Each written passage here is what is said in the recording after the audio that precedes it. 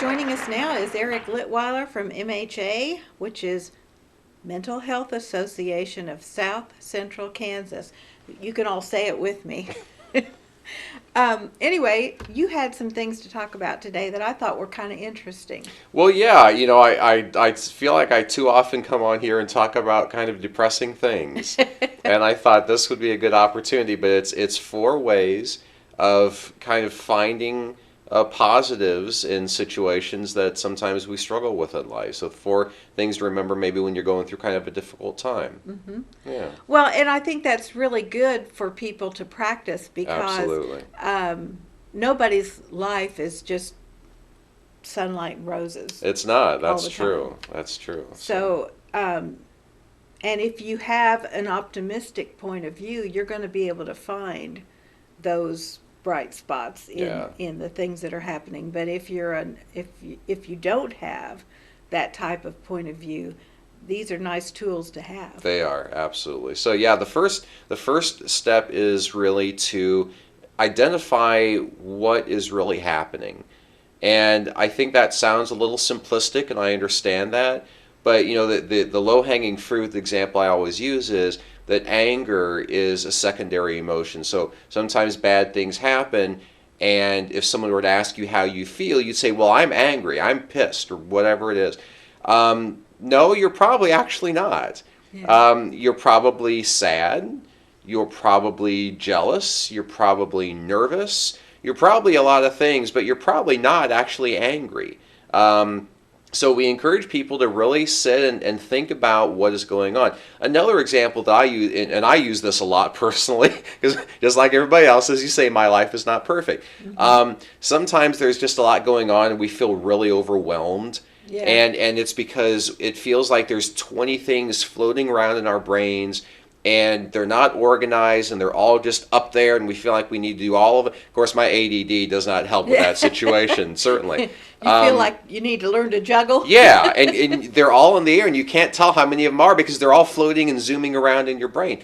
What I often do in those situations is I sit down either with a pen and paper or in front of my computer, and I write down what is actually going on, what is making me feel overwhelmed. And invariably, when you feel like there's 20 things going on, when you actually sit down and write them down, there's often 4, 5, maybe 6.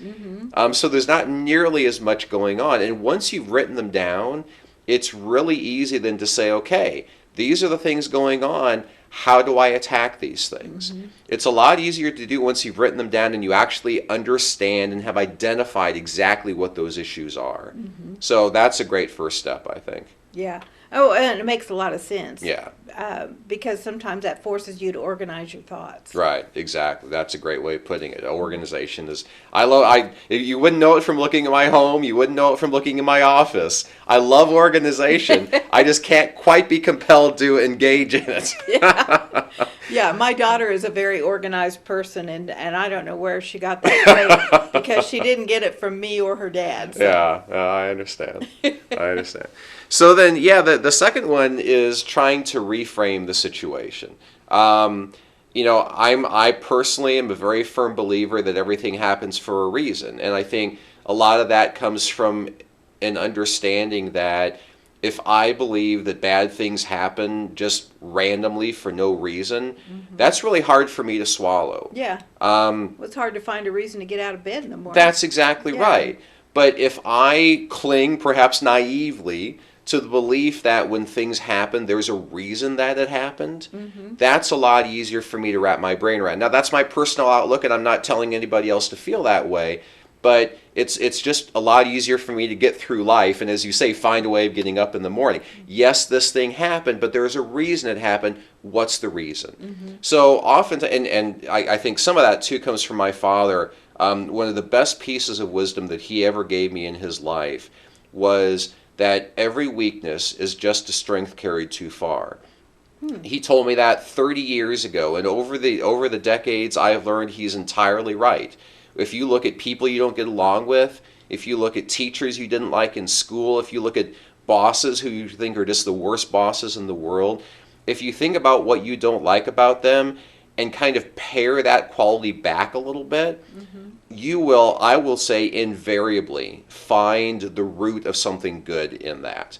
But they've just taken that quality and they've blown it up to such an extent you can't stand it about them. Yeah. If they would just pare it back, and if you can find the roots of what's causing that, you will find something good.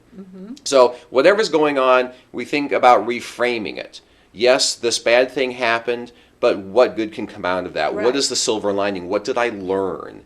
And almost again, invariably, you can find something positive in that situation. Look at it from someone else's standpoint. Maybe it does suck for you, but maybe that helped somebody else. Maybe that was good for somebody else. So look at it from a different angle. Reframe the situation is a good second step. And sometimes that's hard to do. It is hard to do. Yeah. There's no question about it. But get in the habit, and we'll come back to that on step Yeah. number 4 as well. So what's next? So step number 3 is find anything positive, even if it has nothing to do with that particular situation. What is good in your life? Yes, my car broke down and that sucks, but you know what? I'm healthy. I have money in the bank. I have food in the pantry. I have family nearby that loves me. Find something positive, even if it's not in that situation. And I know find a good something mechanic. else. There you go. And I know a good mechanic. And I know where his business card is. Absolutely. Find something positive in your life, even if it's unrelated to that situation. Find something good in your life, and that then easily leads us to number 4, which is remind yourself of those things. Remind yourself on a regular basis that there are positive things in my life. That's something you can really get in the habit of doing.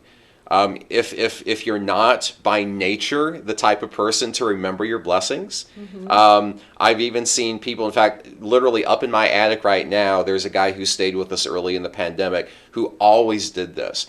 And still his, my goodness, 200 Post-it notes are stuck on the wall up in our attic. Because when he stayed with us, every time he had a thought, he would write it on a sticky note, and we've just never taken him down a year and a half later. Yeah. But he was really good at that. He reminded himself of those blessings.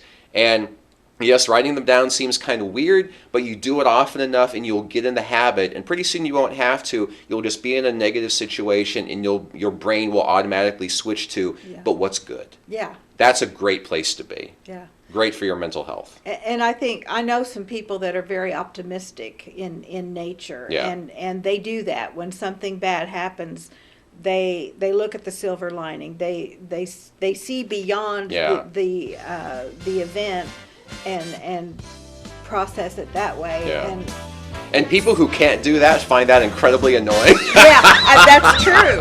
That's But very become one of those persons, and then you won't be annoyed by the optimistic people in your life anymore. You can be the annoyer. There you instead of go. the Exactly annoyee. right. That's right.